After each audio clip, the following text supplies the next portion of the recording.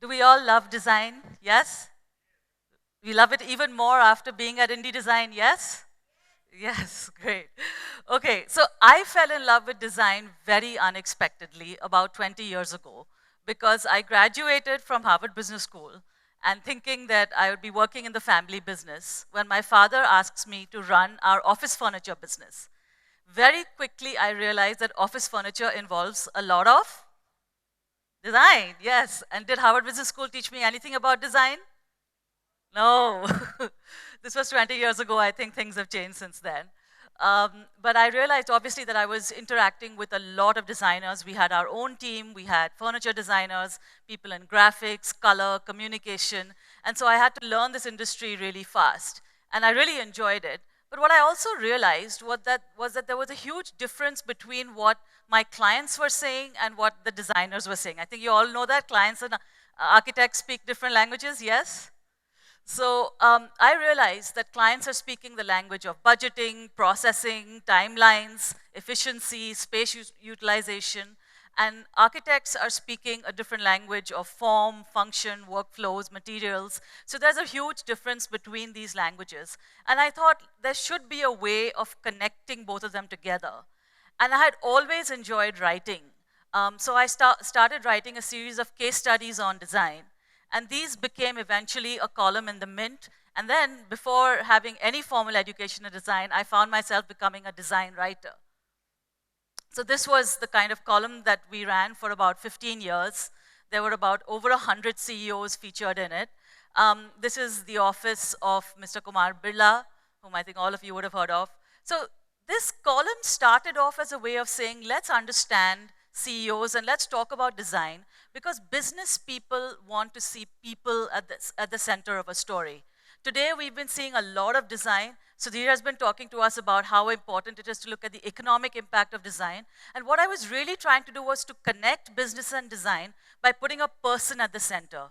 So when you put a person at the center, like Mr. Birla, and you say, what is his office like? How does he work? How does he use technology? What kind of artwork does he have? What is his space layout like? You're actually telling a story about the tangible environment around the person. But very quickly, I realized that I was also learning not just about workplace design, but I was learning about leadership. I was learning how business leadership and workplace design are connected to each other. And that's eventually what became my first book, Working Out of the Box. It's there outside. We featured about 40 CEOs. And so over this course of these 10 or 15 years that we were doing the column, we came to a lot of insights, which is what I'll share today. So just to give you a little brief on the kind of stories we did, in terms of types of organizations, there were promoters, there were founders of startups, there were professionals. So there was a real variety of companies, all sorts of sizes. I really don't want you to think that, I'm not Kumar Birla, so what can I learn from this column? Because there were lessons for everyone over here. There were men, women, both in terms of, trying to get a lot of diversity there too. So what does it mean to be in the driver's seat? This is what I learned. This is what I absolutely learned when doing all these columns, was I really learned to what it means to be in the driver's seat. And what do I mean by that? I mean connecting the intangibles of leadership with the tangibles of design. That was the real connect between the tangible work environment that we all see every day and finding the intangibles that make these people successful, that make leaders successful in an everyday basis. That's what I call being in the driver's seat. What I found out when I interviewed over these 100 CEOs is that there are 5 intangibles that are really important for everyday life, in business life, in your professional life, whether you're a designer, whether you're an entrepreneur, whether you're a professional, whether you're a promoter, whether you're just a simple working at a design firm, these are things that are really, really important. This is decisions, relationships, ideas, values, and energies. And the workplace, the design of the workplace can actually impact all of these.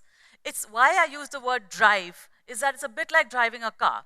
When you first start driving a car, you have to concentrate on the steering wheel, accelerator, clutch, brake, mirror, everything, right? You have to pay attention to all of those different aspects of driving a car. So it's similarly when you're running a little business or a big business, whatever size of business, you actually have to pay attention to all these 5 things. Initially, it doesn't come so easily, but over time, that's what you learn. And I'm going to show you some examples.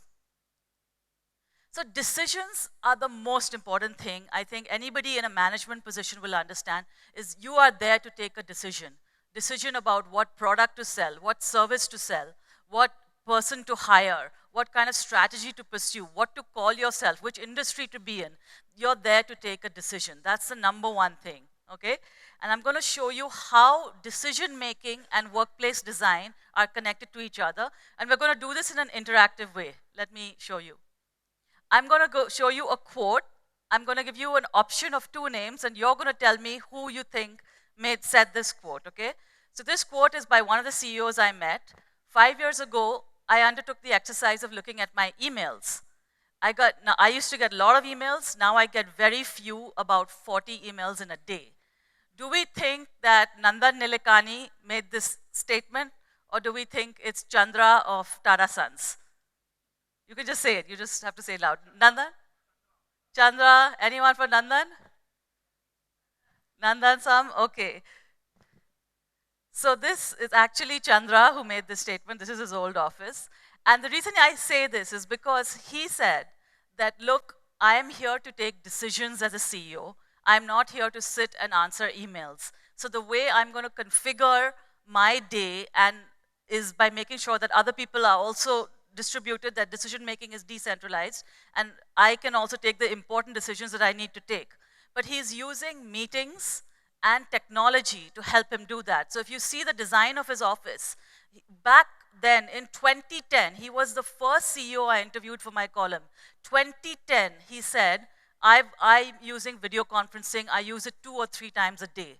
Well before, 10 years before COVID hit us, he was ahead of the curve and he was using it because he understood how to take decisions, how to stay in touch with people, how to communicate, right? So it's a very interesting thing for us to think about, that how are we using that design of that workspace to help us improve our decision-making ability.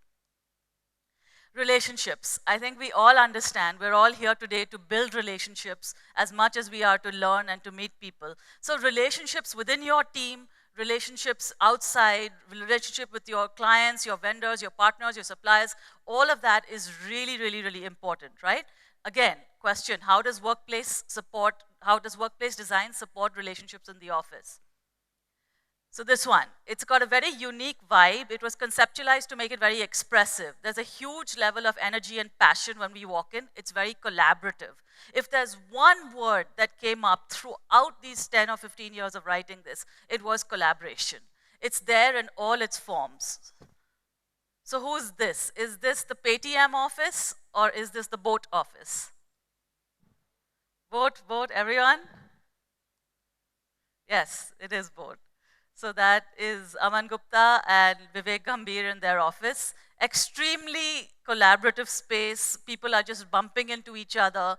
And it was all about, you can see that it's designed for people to build relationships with each other. The next part is ideas.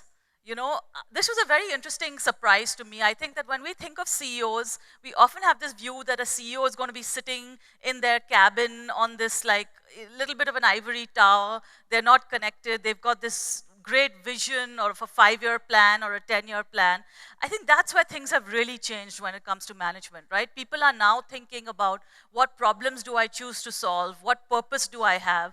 How do you take these ideas forward in business? And there are there's different ways of using the workplace to express that. So this was a very sporty company that took the idea of storytelling through spaces. And they say, we call ourselves a DJ who fuses sports and lifestyle. Joy and energy are very important elements of our work culture. Dream 11 or Puma? Dream 11? Puma mixed? So I love this one. Mere paas Puma hai. And this was in Bangalore. And this was the CEO at the time when I went to meet him, Rajiv Mehta. He actually had like this slide in his office because there was this architectural void in the space. And he said that, look, I don't want to climb down the stairs. It's going to take too long. So he could slide down the space, and being very fit, he could also climb up the space. So I think I use it to illustrate the fact that not just it's a cool space, of course, but he's taking the idea of the brand and using space as a very narrative medium to tell a story about the brand. So that was the incredible thing about the Puma office. Values. Now, of course, every company wants to talk to you about their values. You walk in and every company says, we have so-and-so, we are just, very energetic, or we're full of passion, or we're all about integrity, or, we're committed to something. All companies have something about values that are really important. But what I really liked was to look at companies where the workspace design really tells you, is the company putting its money where its mouth is? And there was a company when it came to sustainability that actually showed me how much the CEO valued sustainability. So this is what they said: being green implies a mindset of frugality, not wanting to waste, and also looking at it as an opportunity. Any form of waste, how do you make something out of it, right? So they're approaching sustainability from this mindset of, let's not waste anything, let's make something out of it.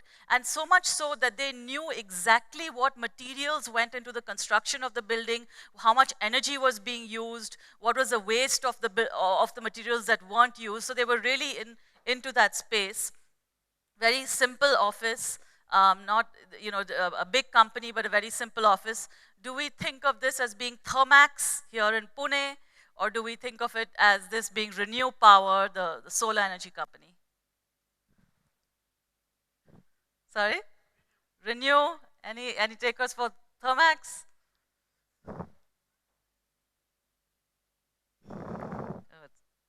So it was actually Thermax, it was Meher Padamji. And very, very simple person in terms of her outlook. And those values were really reflected in the workplace design and in her leadership style of keeping things very, very simple. So these are the first four, and the last one is energies. So this is the one thing that I really saw with all the CEOs that I met, is that they had tremendous personal energy, and they were using their space to nourish their energy. Okay, we all think that we're overworked, we don't have time to work out, there's so many things going on in our lives.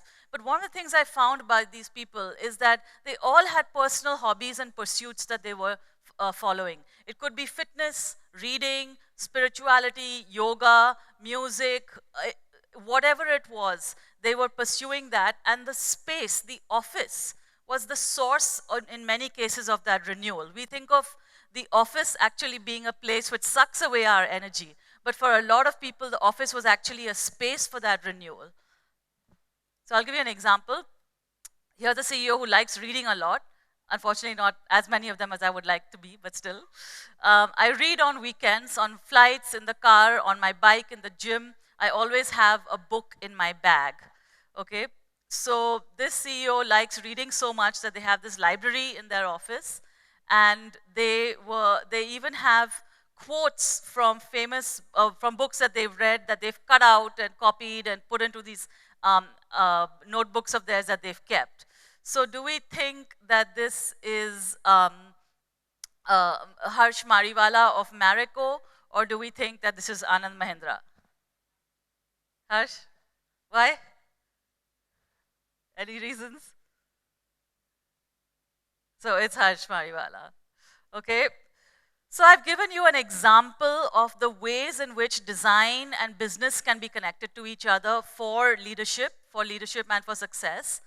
Now, if I look at my own Drive dashboard, it doesn't look even. It looks like this. You have ideas very high, because I like to think I'm in the ideas business now as a writer, as a speaker, as an educator. I like to think, I hope my values are pretty high. I deal with a mental health condition, so for me, energies is really important. But I'm probably the weakest when it comes to decision making, which probably explains why I'm choosing not to run a very big corporation which involves a lot of decision making every day. And probably I could improve in relationships. So what we're going to do now is let's see how we all stack up as a room. So I'm going to ask you to scan this as a QR code. We're going to just do a Mentimeter survey. So please scan this, or you can go to menti.com and use the code. And we'll just ask you to fill in a survey where you need to rank your first, second, third, fourth, fifth, which comes first, second, third, fourth, fifth for you. So could we switch to the Mentimeter?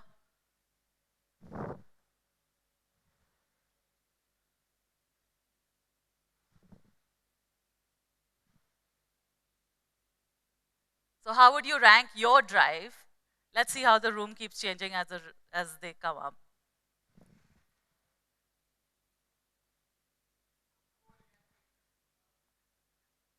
Oh, you couldn't stand it. Did we have the code? Can we get the code? Oh, it's on top. Yeah, it's on top.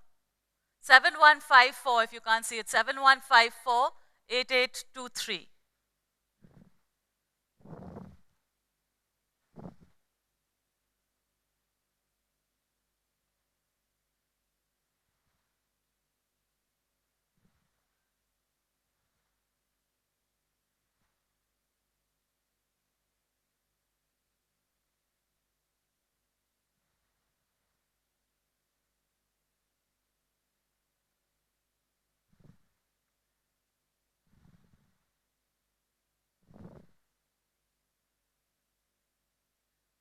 I'll give it a couple more minutes.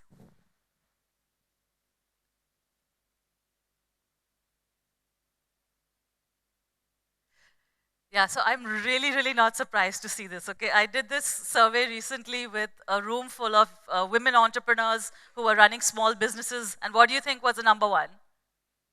No, women entrepreneurs who are running small businesses. Relationships, yes, exactly. So, I mean, the fact that we have ideas, values, and energies is for creative people. It's really, really not surprising that I think where you're in the room. I'd love you to think about, where you are with where the room is and where you'd like to be. And we could go back to the presentation, please.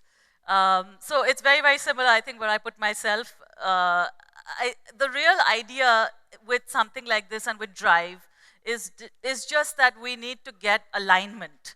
Okay, when you are driving a vehicle, you have to get alignment between all those different parts, between the clutch, accelerator, brakes, mirrors, they all have to go smoothly.